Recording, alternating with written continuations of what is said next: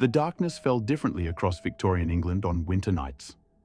In the grand townhouses of Mayfair and Belgravia, servants moved through lamplit corridors carrying copper warming pans filled with glowing coals, their footsteps muffled by Persian carpets that cost more than a factory worker earned in a lifetime. They entered bedchambers where fires had been burning since afternoon, where the very air seemed thick with warmth and the promise of rest. Meanwhile, 3 miles east in Whitechapel, in Seven Dials, in Bethnal Green, darkness came as a physical force, cold and absolute.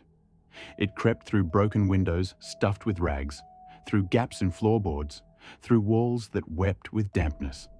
In rooms no larger than a wealthy family's closet, entire families pressed together on straw that had long since lost whatever softness it once possessed, hoping their combined warmth might carry them through another night. Sleep, in the 19th century, was not the universal respite we imagine it to be.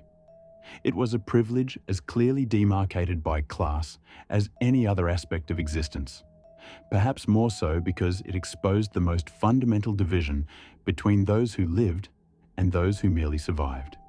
The story of what the Victorians slept on, and who slept at all, reveals a chasm between human experiences so profound that rich and poor might as well have inhabited different worlds entirely. This forgotten history, preserved in workhouse records, in the observations of social reformers, in the advertisements of furniture makers and the statistics of mortality reports, tells us something essential about an age that built an empire while its own people froze in the darkness.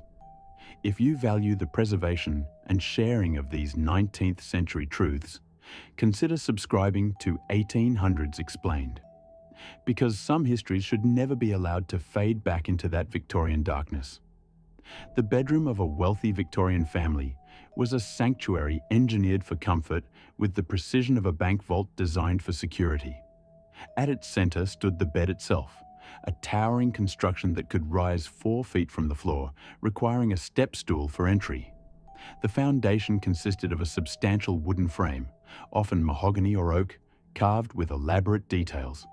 Acanthus leaves, classical urns, mythological creatures, each element a declaration of taste and means.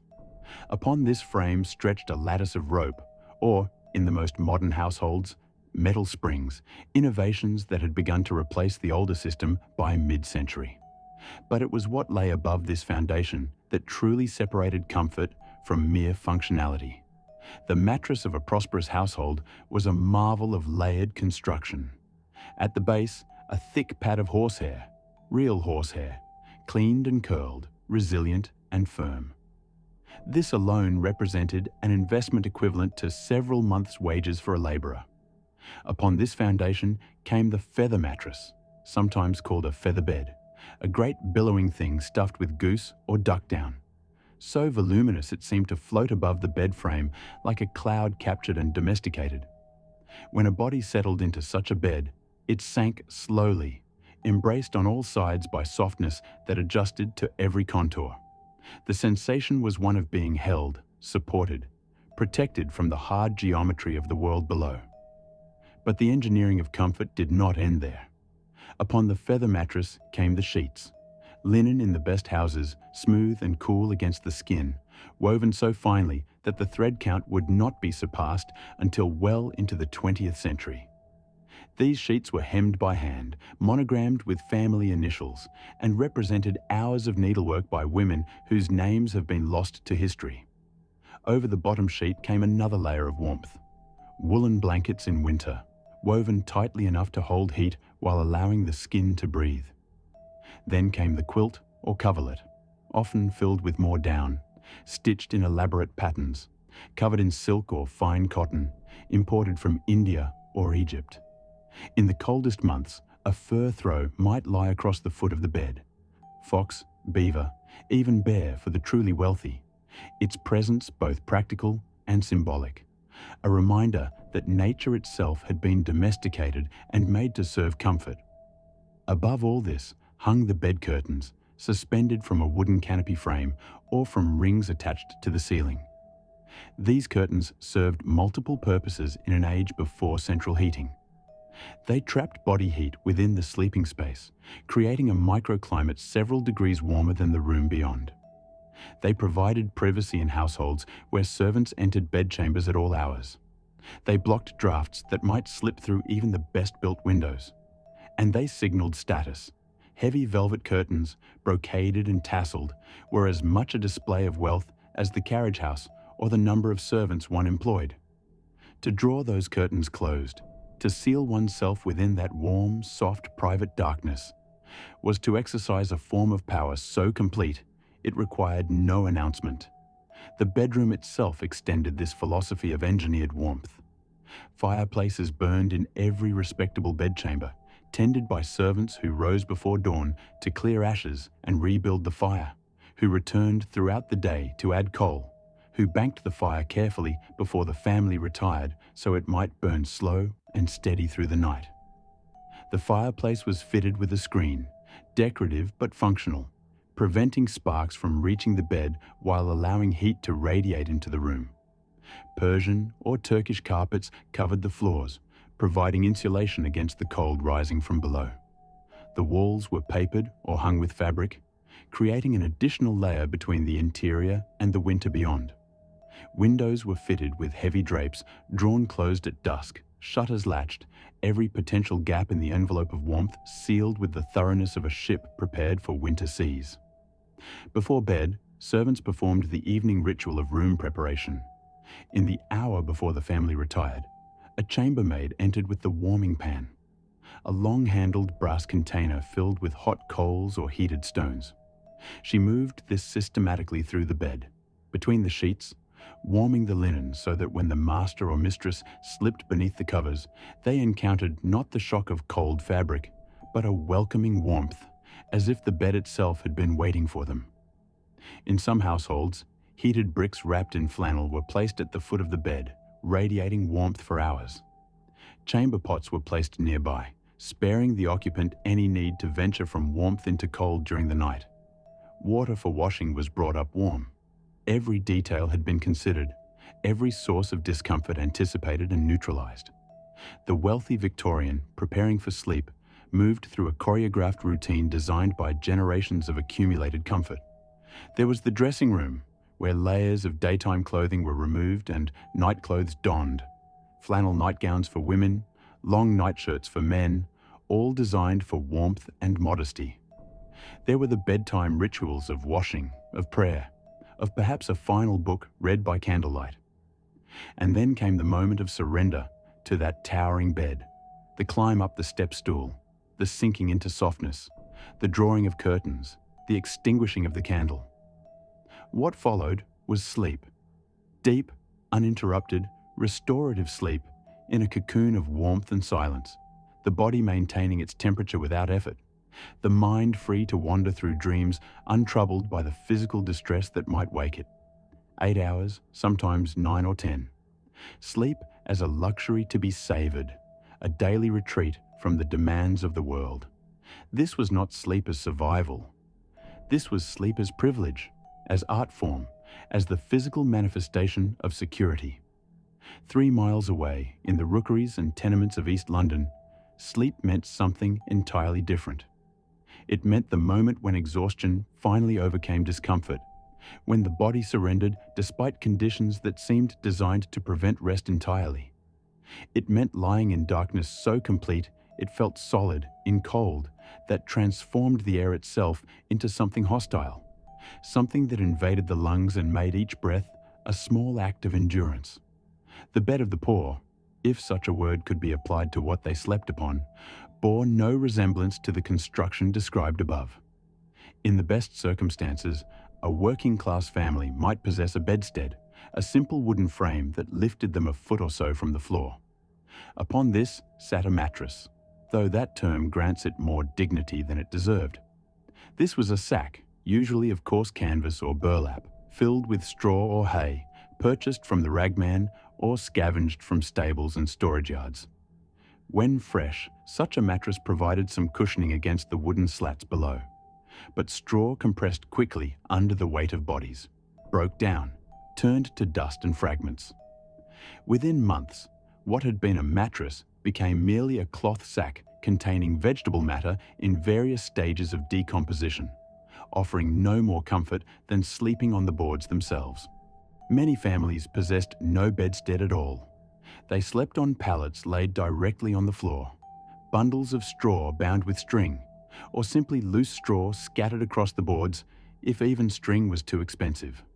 Some slept on piles of rags accumulated over years, donated by charities or purchased from rag and bone men. Layers of fabric too worn for any other use but thick enough, when piled high enough, to provide a barrier against the floor.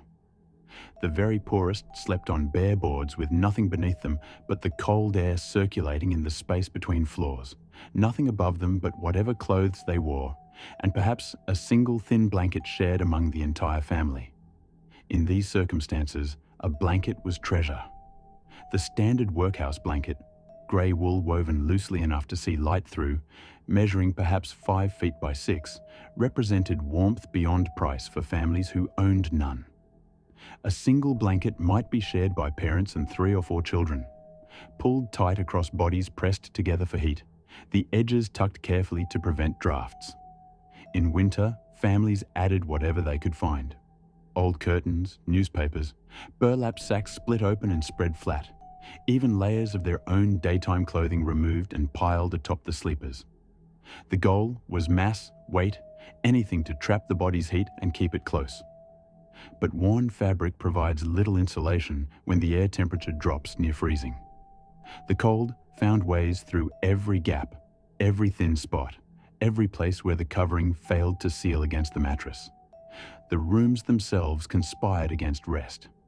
These were spaces never designed for habitation or designed for one family, but now housing 3, 4, even 5 families in subdivided portions.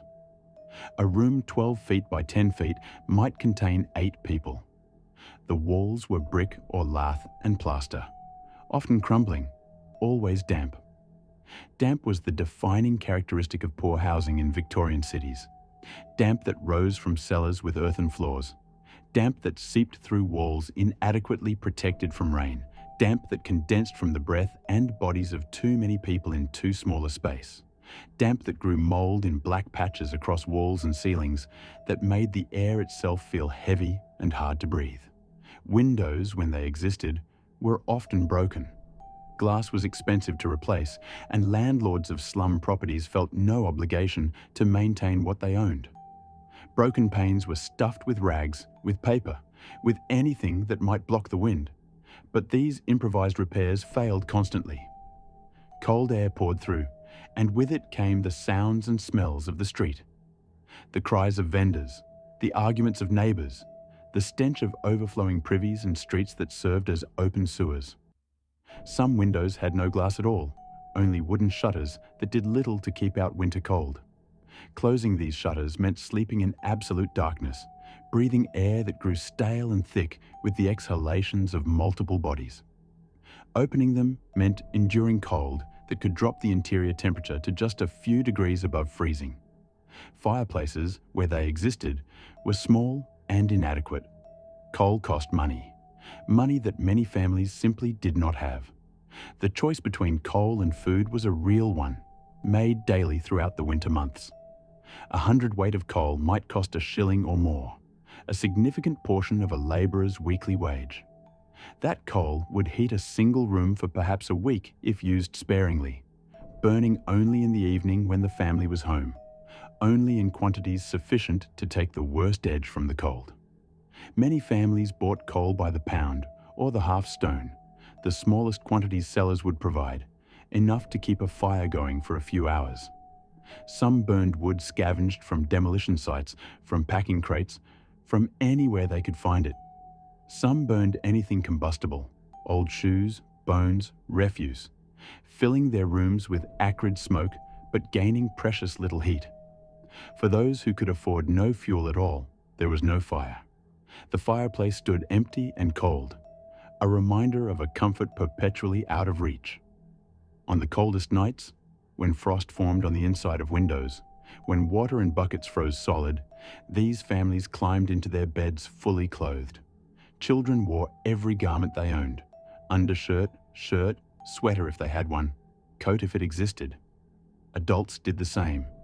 They slept in their boots if the boots were warm enough, wrapped scarves around their heads, pulled caps down over their ears.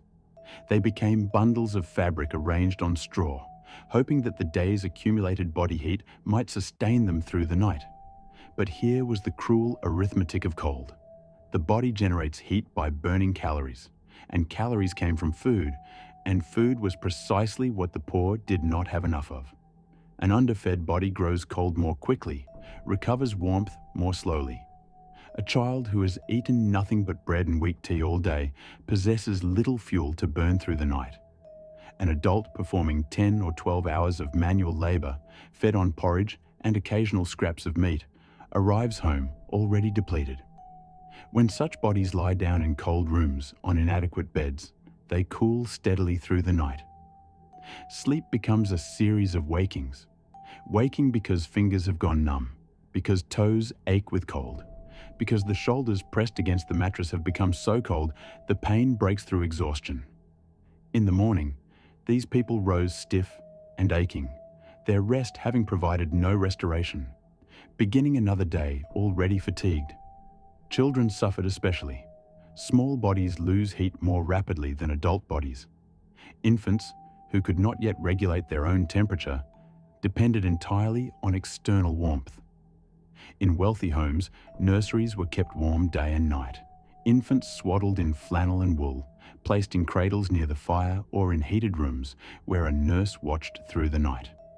In poor homes, infants slept with their mothers for warmth, often in beds shared with several other children. The risk of overlaying, of an exhausted parent rolling onto an infant during sleep and suffocating it, was widely known but unavoidable. The alternative was allowing the infant to sleep separately and risk exposure. Infant mortality rates reflected these impossible choices. In the poorest districts of Victorian cities, 1 in 4 children died before their first birthday, and winter deaths far exceeded summer deaths. Cold was not listed as the cause. The death certificates read pneumonia, bronchitis, fever, failure to thrive.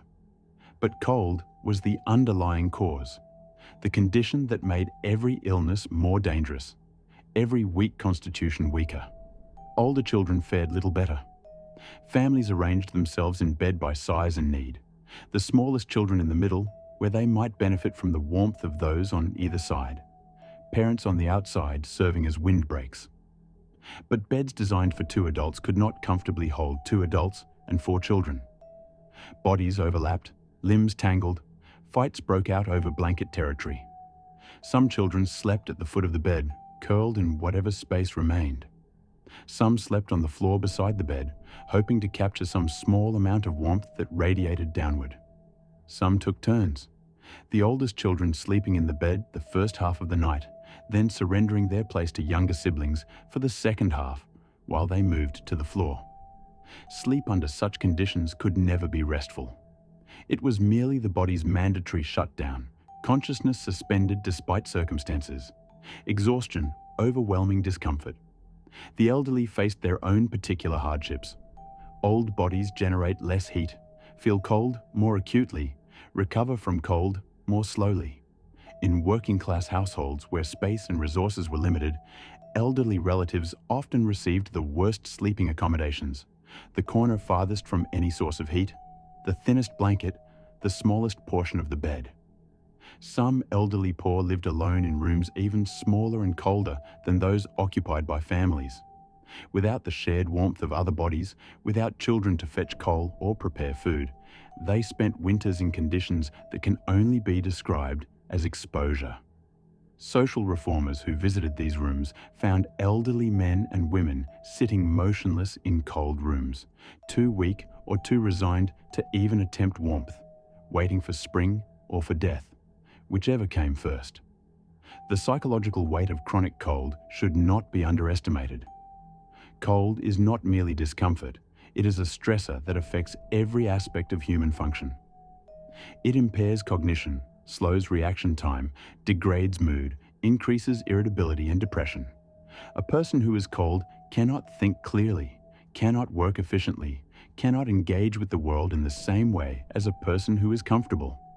For Victorian poor who experienced cold, not as an occasional inconvenience but as a constant presence from October through April, the psychological effects compounded. Despair settled over working-class districts like the fog that rolled in from the Thames, equally thick, equally inescapable. People grew resigned to discomfort, ceased expecting comfort, accepted cold as the natural condition of existence. This acceptance was exactly what the wealthy expected and, in many cases, encouraged. Victorian society possessed elaborate ideological frameworks that justified inequality, that transformed the accident of birth into a moral condition. The poor were poor, these frameworks suggested, because of failures of character. Laziness, improvidence, moral weakness, insufficient willingness to work. The wealthy were wealthy because of virtues, industry, intelligence, God's favor, proper breeding. In this understanding, comfort was a reward for virtue, and discomfort was the natural consequence of vice.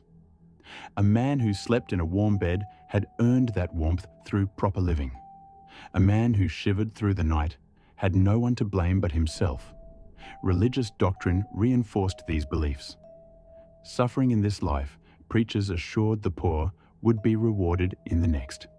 The Bible itself seemed to support endurance. Blessed are the meek, the poor in spirit, those who suffer. The Church of England, deeply embedded in the power structures of Victorian society, rarely challenged the conditions that produced such suffering. Instead, it offered charity, soup kitchens, and sermons on gratitude.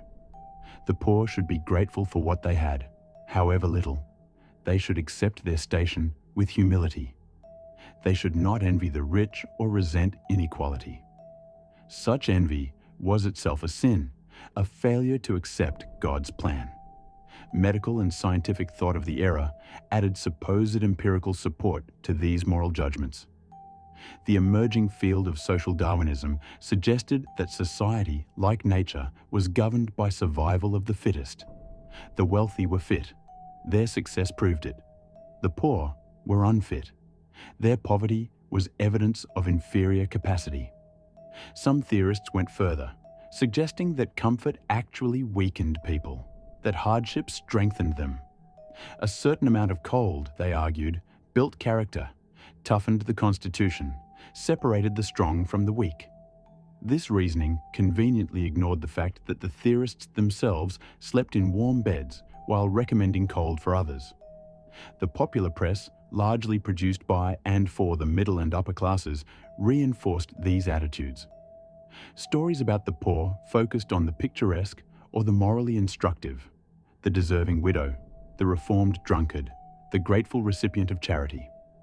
Stories about the undeserving poor, the lazy, the criminal, the immoral, served as cautionary tales and justification for limiting aid. When Charles Dickens published his novels exposing the conditions of the poor, he was celebrated by some and criticized by others who felt he exaggerated, that he painted poverty in colors too dark, that the poor were not really so badly off. The fact that Dickens worked from direct observation, that his descriptions matched those found in government reports and the journals of social reformers, did not matter to critics who found his accuracy inconvenient. Even reformers who genuinely wanted to help often operated within the framework of moral judgment. Charity was offered to the deserving poor, those who could prove they were sober, industrious, properly grateful, and legitimately unable to support themselves through no fault of their own. The undeserving poor, which included anyone who drank, anyone judged lazy, anyone who complained about their condition, received little sympathy and less aid. A widow with children might receive help.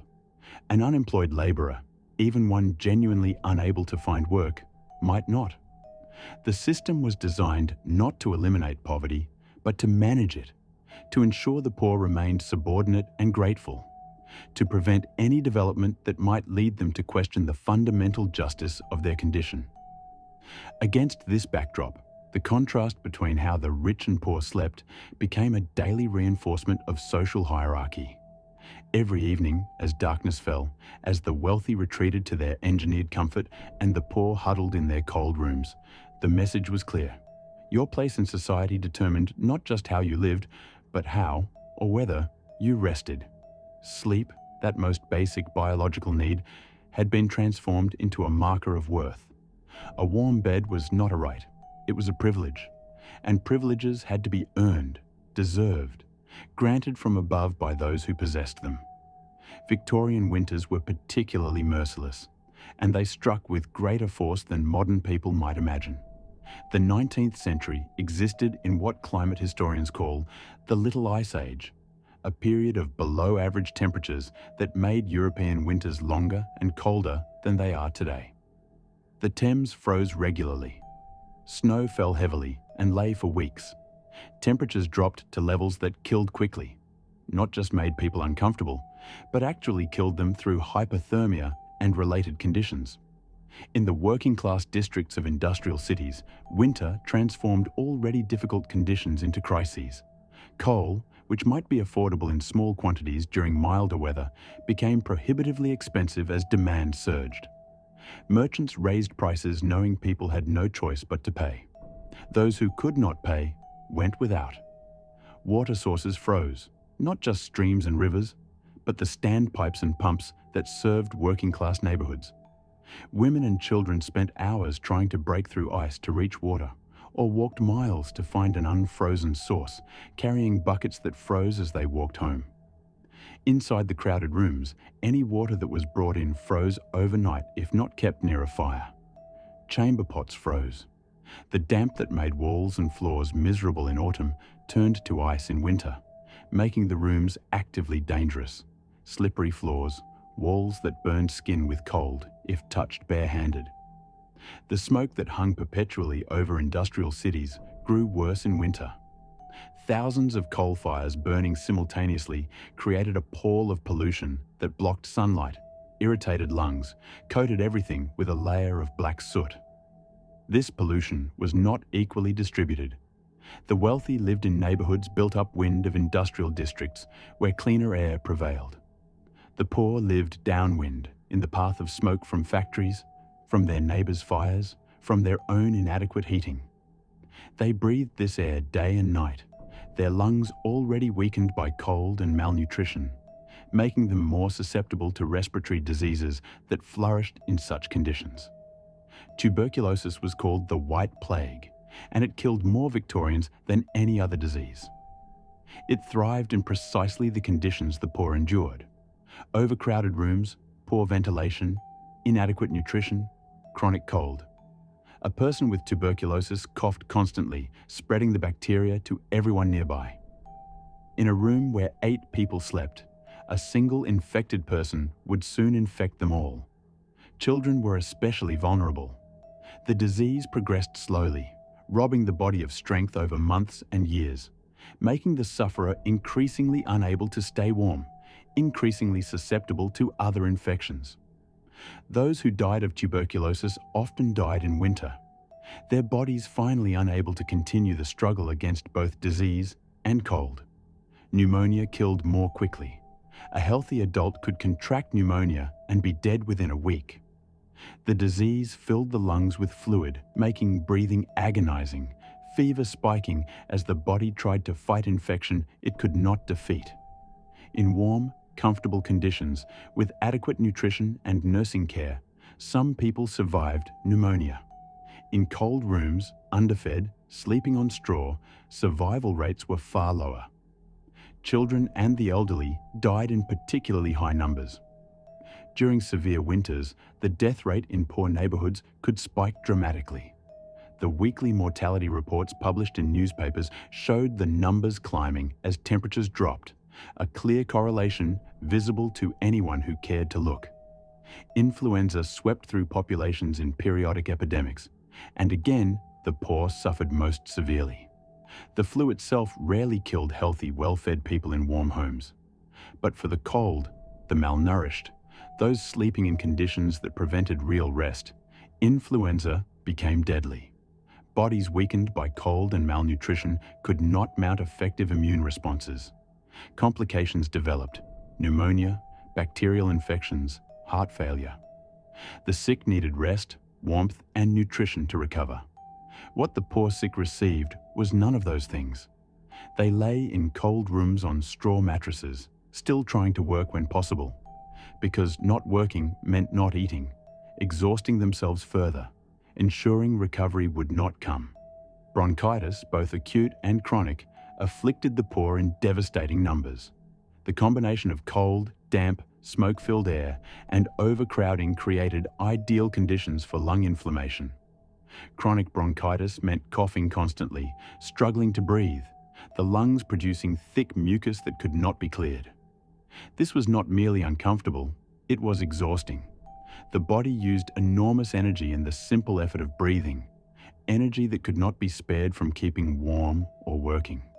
People with chronic bronchitis grew steadily weaker, less able to work, less able to afford food and heat, descending into a spiral that often ended in death, though the death certificate might read pneumonia or heart failure, rather than acknowledging the underlying condition that had destroyed the lungs over years of breathing cold, polluted air in inadequate housing. The statistics tell the story that narrative cannot fully convey. In the wealthiest districts of London, Mayfair, Kensington, Westminster, the infant mortality rate in 1850 was approximately 110 deaths per 1,000 live births.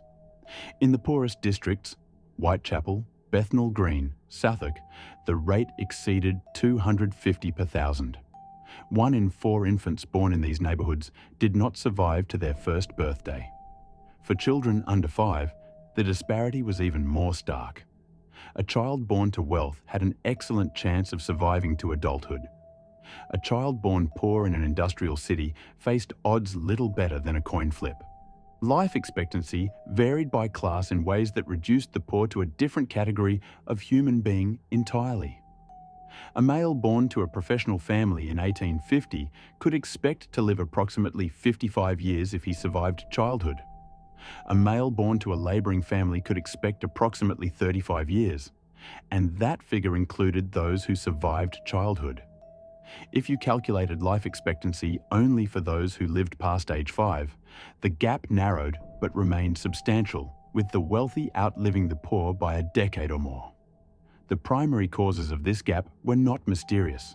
Malnutrition, occupational hazards, lack of medical care, and exposure, chronic unrelenting exposure to cold and damp, and conditions that ground the body down until it simply failed.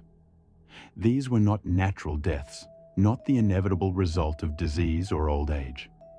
These were deaths caused by conditions that were entirely preventable, that were in fact prevented for the wealthy, that continued only because society chose to allow them to continue. The same engineers who designed the heating systems for great country estates could have designed heating for workers' housing. The same architects who built mansions could have built decent cottages.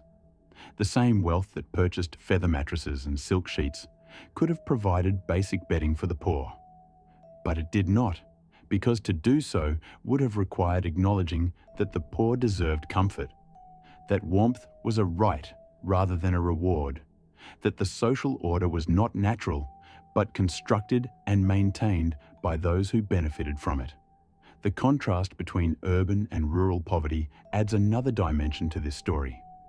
In the industrial cities, Manchester, Birmingham, Leeds, London, poverty was concentrated and visible in ways that should have demanded response. Entire neighbourhoods consisted of nothing but slum housing, entire populations living in conditions that shocked observers from more comfortable districts. The smoke, the noise, the smell, the visible signs of suffering, all these made urban poverty difficult to ignore, though many managed to do so. Rural poverty, particularly in agricultural regions, operated under different conditions, but produced similar suffering. Agricultural labourers lived in cottages that were often ancient, poorly maintained, damp and draughty. These cottages might have thatched roofs that leaked, earthen floors that grew muddy in rain, walls of wattle and daub that crumbled and admitted cold. But they also had space. A rural cottage, however poor, typically housed only one family rather than multiple families in subdivided rooms. There was often a garden where vegetables could be grown, reducing dependence on purchased food. There was sometimes access to wood for fuel, gleaned from hedgerows or fallen from trees, making heating marginally more affordable than in cities where everything had to be purchased. Yet rural labourers faced their own hardships. Agricultural work was seasonal, and winter was the season of least work and least income. The same cold that made sleep difficult made finding work nearly impossible. Fields too frozen to plough, too wet to plant, nothing to harvest. Families that barely scraped by in summer faced genuine starvation in winter. The isolation of rural life meant less access to charity, to medical care, to any form of support. A family in a remote cottage, miles from the nearest village, might face winter entirely alone. And if disaster struck, illness, injury, failure of the food supply, they had nowhere to turn. Meanwhile, the aristocracy slept in country estates that were triumphs of architectural design, built not merely for beauty, but for comfort. These great houses had been refined over centuries to capture and hold warmth. Their walls were thick stone, 3 feet or more, providing massive insulation. Windows were tall and numerous, positioned to maximize sunlight and minimize drafts. The best estates were positioned on hillsides, taking advantage of natural drainage, avoiding the damp that plagued poorer housing. Inside, fireplaces heated every room, their chimneys designed by engineers who understood airflow and heat retention. The servants' quarters might be cold, the back hallways drafty, but the family rooms where the wealthy actually lived were warm, comfortable, protected. These estates employed entire staffs dedicated to maintaining comfort. The housekeeper managed linens, ensuring bedding was fresh, clean, properly aired. The scullery maids washed everything in hot water heated in great copper boilers. The laundry maids dried linens before fires, then ironed them smooth before they touched the bodies of the wealthy. The housemaids cleaned rooms, carried coal, tended fires, performed the hundreds of small tasks that maintained warmth and order. The kitchen staff prepared hot meals served in heated dining rooms. The ladies' maid and valet assisted with dressing and undressing, with the rituals of bedtime preparation. All this labour, performed by people who themselves returned to cold servants' quarters at the end of their shifts, supported the comfort of perhaps a dozen family members and their guests. The psychological divide this created cannot be overstated. The wealthy, surrounded by comfort, came to see that comfort as natural, as the default condition of civilized existence. They could not imagine sleeping cold because they never had. If they thought of the poor at all, and many thought of them only in abstract terms, as statistics or moral examples rather than as actual human beings, they imagined poverty as something like camping, an adventure or a temporary difficulty rather than a grinding, endless reality. They could not conceive of what it meant to never be warm, to have no memory of comfort, to sustain hope that comfort might someday return. Temporary difficulty rather than a grinding, endless reality. They could not conceive of what it meant to never be warm, to have no memory of comfort, to sustain hope that comfort might someday return. The poor, meanwhile, grew up knowing comfort only as something other people possessed. A child born in a slum room never experienced warmth beyond what bodies could generate pressed together. They never knew softness, never understood what it meant to sink into a feather mattress, never felt silk against their skin, or slept beneath curtains that kept the world at bay. For them, comfort was a fantasy, something from stories or glimpsed through windows while walking past wealthy neighborhoods. The distance between their reality and that fantasy was not merely economic, it was ontological. A difference so profound, it suggested they were not quite the same kind of creature as those who lived in warmth. This divide shaped every interaction between classes. When a wealthy lady distributed charity to the poor, she did so from a position so distant she might as well have been a different species. She had never been cold, not really cold, not cold in the way the woman before her was cold. She had never been hungry beyond the mild appetite that preceded dinner. She had never slept on straw, or shared a bed with 5 others, or woken with frost on the blanket. She could feel sympathy, could even feel genuine compassion, but she could not feel understanding. And because she could not understand, her charity came with conditions, with judgments, with expectations that the poor should be grateful rather than angry, submissive rather than demanding, patient rather than insistent. The poor, for their part, learned to perform for the wealthy, to present themselves as deserving, to hide any resentment or rage they might feel. They learned to be grateful for scraps, to accept lectures on morality from people whose virtue had never been tested by genuine hardship, to nod and agree when told that their poverty was somehow their own fault. What else could they do? Rebellion brought punishment, loss of what little aid might be available, blacklisting from employment, criminal charges for any violation of the social order. Survival required submission, and so they submitted. And the wealthy took this submission as confirmation that their beliefs were correct, that the poor accepted their place because they understood it was proper. But at night, in those cold rooms, when exhaustion finally brought something like sleep, the mind sometimes wandered into dreams that refused to submit. Dreams of warmth, of enough food, of beds soft and deep, of children who did not cough through the night, of mornings when you woke, rested instead of aching. These dreams were dangerous because they suggested that the world might be other than it was, that the cold was not inevitable, that things could change. Some people allowed themselves these dreams. Others learned to suppress them, to accept the cold as the unchangeable reality of existence, to expect nothing and therefore avoid the pain of disappointed hope. Children sometimes asked questions that revealed how completely their world differed from the world of the wealthy. Why do we sleep on the floor when there are beds in shop windows? Why can some people be warm when we must be cold? Why do we have nothing when others have so much? Parents struggled to answer such questions in ways that would not breed bitterness or false hope.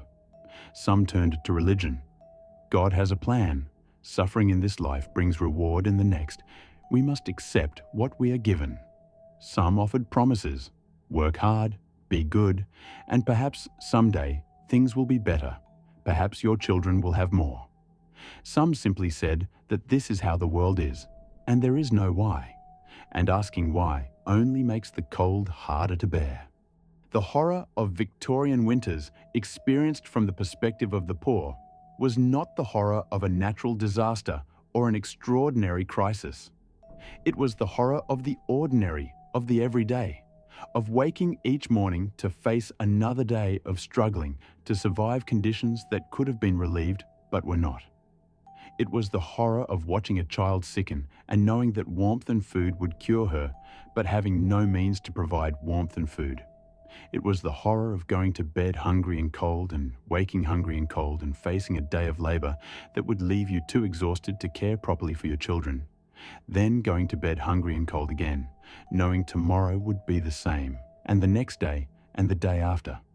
Stretching forward through the winter and into the next winter and the winter after that until either circumstances changed or you died. Some did die, of course. Not all at once, not dramatically, but steadily, in numbers that were recorded in parish registers and mortality reports and then forgotten. An elderly woman found dead in her room, hypothermia listed as contributing cause. A child who did not wake one morning. Pneumonia, the official explanation, though cold, was the underlying killer. A man who collapsed while working, heart failure, they said, though hearts fail more easily when the body has been cold for too long. These deaths were not scandals. They were statistics, numbers in columns, too common to provoke outrage except in the minds of a few reformers whose writings were read by other reformers, but rarely by those with the power to change conditions. When Charles Dickens has Scrooge encounter the ghost of Christmas Present, the ghost shows him scenes of poverty that shocked Victorian readers, though those readers lived in the same city as the people Dickens described. The Cratchit family, huddled around their small fire, eating a meagre Christmas dinner, trying to maintain cheer despite Bob Cratchit's inadequate wages and Tiny Tim's illness. This was not fantasy. It was reportage, barely exaggerated. And the message was clear. This is what your world contains. This suffering exists in the shadows of your comfort. and you have chosen not to see it. Dickens did not solve poverty. No writer could. But he made it visible, made it undeniable, forced his readers to acknowledge that the poor were not abstractions, but people, that their children had names and faces, that their suffering was real. Other writers and reformers joined this effort. Henry Mayhew walked through London's poorest neighbourhoods, interviewing inhabitants, recording their stories in prose that balanced sympathy with accuracy. Friedrich Engels, writing about the working class in Manchester, documented conditions with a journalist's eye and a revolutionary's anger. Parliamentary commissions investigated housing, public health, working conditions, producing reports filled with testimony that revealed just how badly the poor lived. These documents exist in archives today. Thousands of pages of evidence, testimony from workers and landlords and doctors and clergy, creating a comprehensive record of suffering that the wealthy preferred not to see. But knowing about suffering and ending suffering are different things. The reports were filed, read by some, forgotten by most. Legislation was proposed, debated, occasionally passed in weakened form that changed little. Private charity continued, but charity addressed symptoms rather than causes, provided temporary relief without altering the conditions that produced need. The wealthy continued to sleep in their warm beds. The poor continued to shiver on their straw, and the distance between these realities remained as vast as ever. As the Victorian era progressed, some changes did occur. Public health legislation forced improvements in sanitation and housing standards, though enforcement was spotty. Trade unions grew stronger, winning higher wages for some workers, enough to afford slightly better housing, more fuel, better food. Technological advances made some goods cheaper. Machine-made blankets, factory-produced clothing. Social attitudes slowly shifted, with more people acknowledging that poverty was not primarily a moral failing, but a structural condition requiring structural solutions. Yet these changes came slowly, far too slowly for those who suffered while waiting for reform. A child born in a slum in 1840 would likely die in similar conditions in 1890, having spent an entire life cold, having never known the comfort that existed 3 miles away in wealthy neighbourhoods. That child's grandchildren might see improvement, might grow up in housing that was marginally better, might sleep in beds that were slightly softer. But the fundamental divide remained. Some people slept in engineered comfort, while others struggled to survive the night. And this was not an accident, but a choice, a social arrangement that continued because those who benefited from it controlled the mechanisms of power. The psychological impact of chronic cold extended beyond physical discomfort into realms difficult to fully articulate. Cold affects the mind's ability to function, making concentration difficult, impairing memory, slowing thought. A child trying to learn in a cold home, trying to sleep in a cold bed, never rested and never comfortable, will not learn as well as a warm, well-fed child in identical educational circumstances. But Victorian poor children rarely had identical educational circumstances. Their schools, when they attended at all, were also cold, overcrowded, inadequate. The cold followed them everywhere, limiting their potential, ensuring they would remain in the same conditions their parents endured. Adults suffered similar cognitive effects. A worker who spent the night shivering, who arrived at the factory already exhausted, could not work as safely or as efficiently as a rested worker. Accidents happened more frequently. Concentration failed. The body broke down under the double assault of labor and exposure. At 35 or 40, manual laborers often looked 60. Their bodies aged prematurely by decades of inadequate rest and chronic cold. They became unable to work, unable to support themselves, reduced to dependence on charity or the workhouse. And in the workhouse, they slept on the same thin mattresses, in the same cold rooms, subject to the same conditions that had destroyed their health in the first place. The workhouse deserves its own consideration in this narrative of Victorian sleep.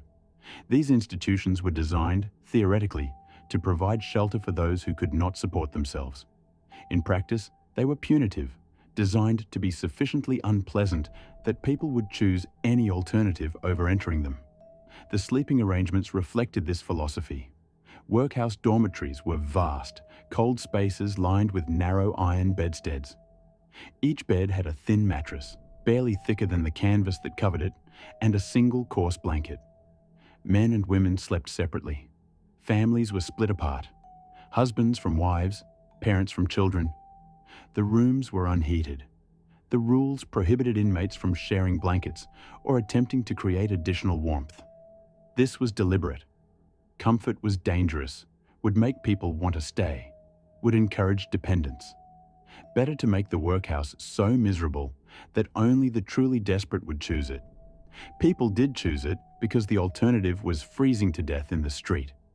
They chose it and found that the workhouse provided survival but nothing more. The sleep offered there was the sleep of utter exhaustion, in utter discomfort, surrounded by the sounds of others equally miserable, knowing that tomorrow would bring oakum picking or stone breaking, hard labor performed in cold workshops by people already weakened by age or illness or malnutrition. Many who entered the workhouse never left, their bodies finally surrendering to conditions that had been grinding them down for years.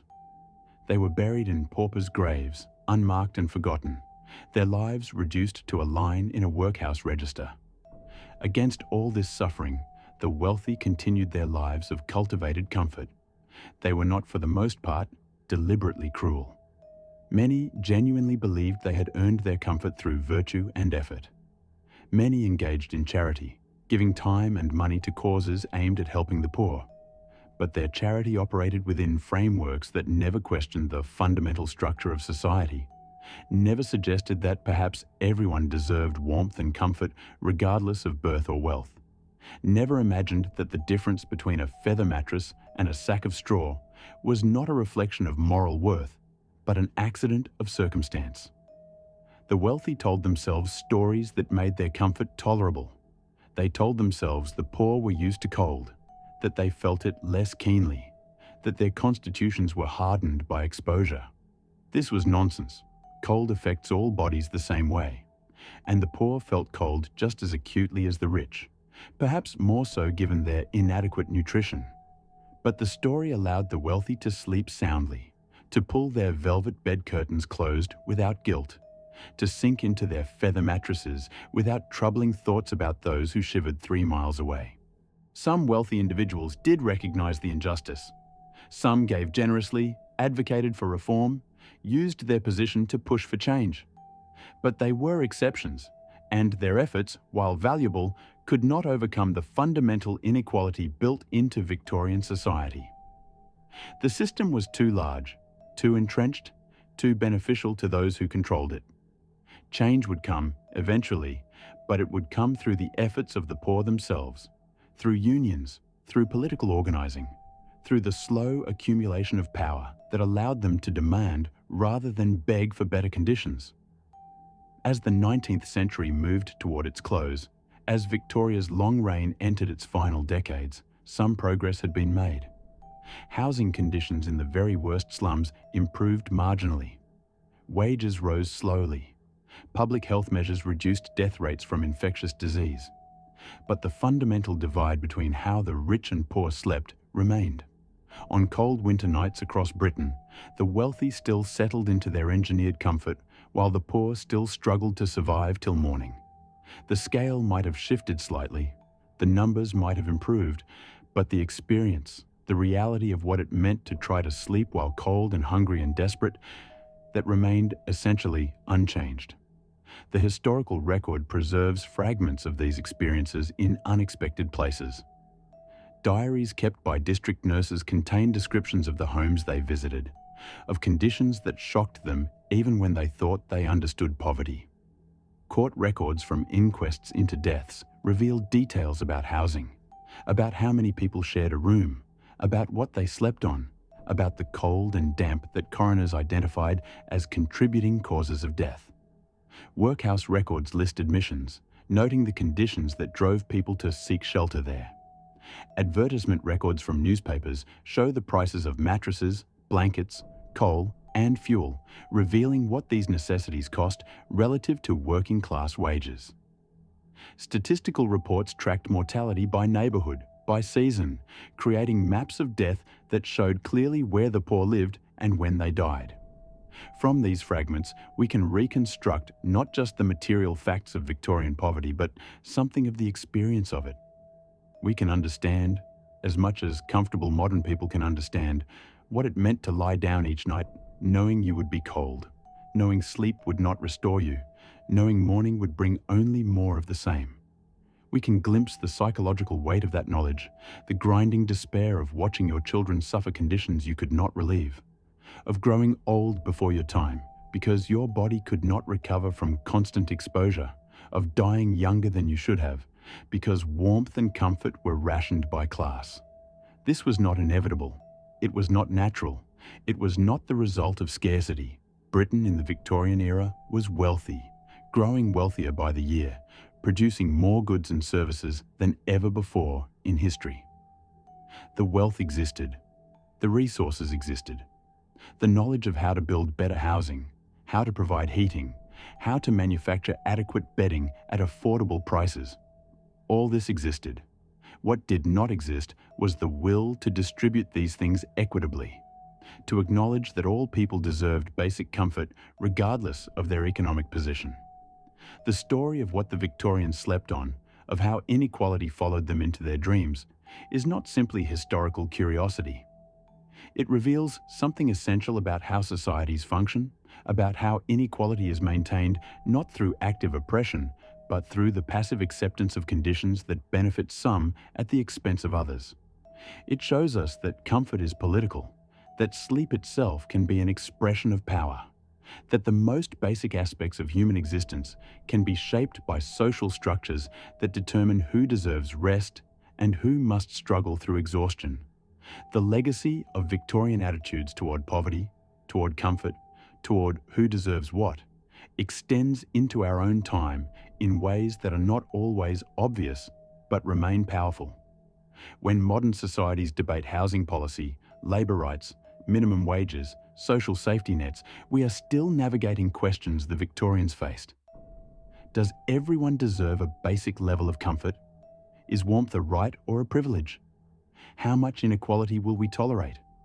How much suffering will we accept as the cost of maintaining the social order we prefer? The Victorian answer to these questions was clear. Vast inequality was acceptable, even desirable. The suffering of the poor was unfortunate, but unavoidable, perhaps even beneficial in building character and maintaining proper social hierarchy.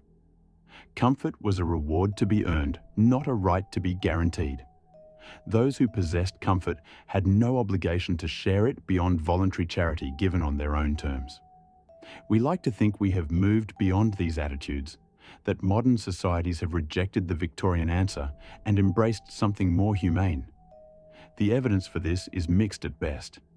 Inequality persists, though perhaps not at Victorian levels. People still sleep in conditions that prevent rest, though perhaps fewer than in 1850. The conviction that some people deserve comfort while others must prove they deserve even basic necessities remains embedded in policy and practice across much of the developed world. The Victorian era, in this sense, has not entirely ended. Its attitudes persist, its structures remain, its ways of thinking about poverty and comfort continue to shape the world.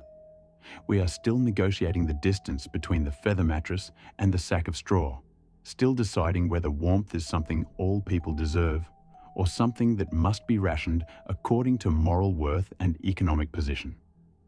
The Victorians made their choice. We continue to make ours. And so the story of Victorian sleep, of how the rich and poor spent their nights, remains relevant not as distant history, but as mirror and warning. It shows us what happens when societies accept inequality as natural, when comfort becomes a marker of worth rather than a basic need, when we allow the distance between the warmest and coldest beds to grow so vast that people on either end can barely recognize each other as the same species. It reminds us that every night, in every era, the way people sleep tells us who they are permitted to be. On those cold Victorian nights, as gas lamps were extinguished and darkness settled over city and countryside alike, two realities coexisted in the same nation, the same cities, sometimes on the same streets. In one reality, people settled into softness and warmth, closed their eyes in comfort, and slept secure in the knowledge that morning would bring more of the same. In the other reality, people huddled together against the cold, closed their eyes despite discomfort, and hoped merely to survive until morning. These were not parallel worlds separated by vast distances. They existed side by side, close enough to see from one into the other, close enough that those who walked between them could observe the contrast. Yet the distance might as well have been infinite, for all the possibility most people had of crossing from one to the other. The poor did not want much. They wanted to be warm. They wanted to sleep without pain, without fear, without the constant awareness of cold seeping into their bones. They wanted their children to wake rested rather than exhausted. They wanted to know that surviving the night did not require luck. These were not extravagant desires. They were the most basic human needs, the minimum required for dignity and health.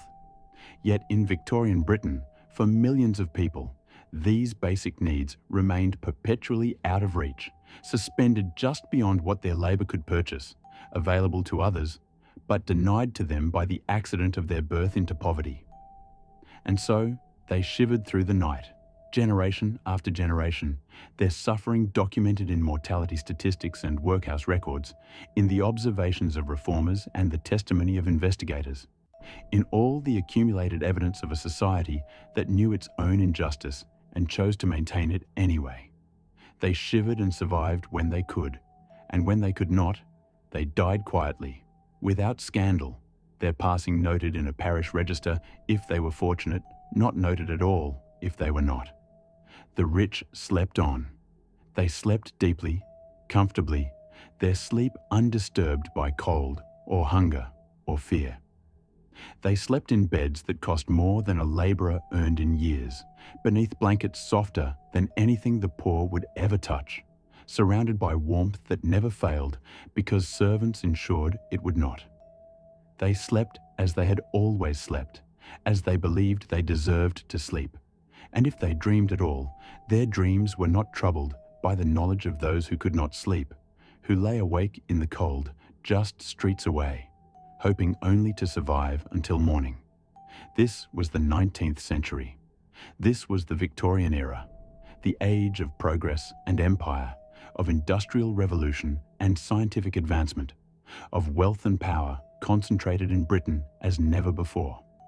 And in that age, at the height of that civilization, inequality followed people even into their dreams, marking them as worthy or unworthy in the most intimate hours of their existence, determining not just how they lived, but how and whether they rested from the exhaustion of living.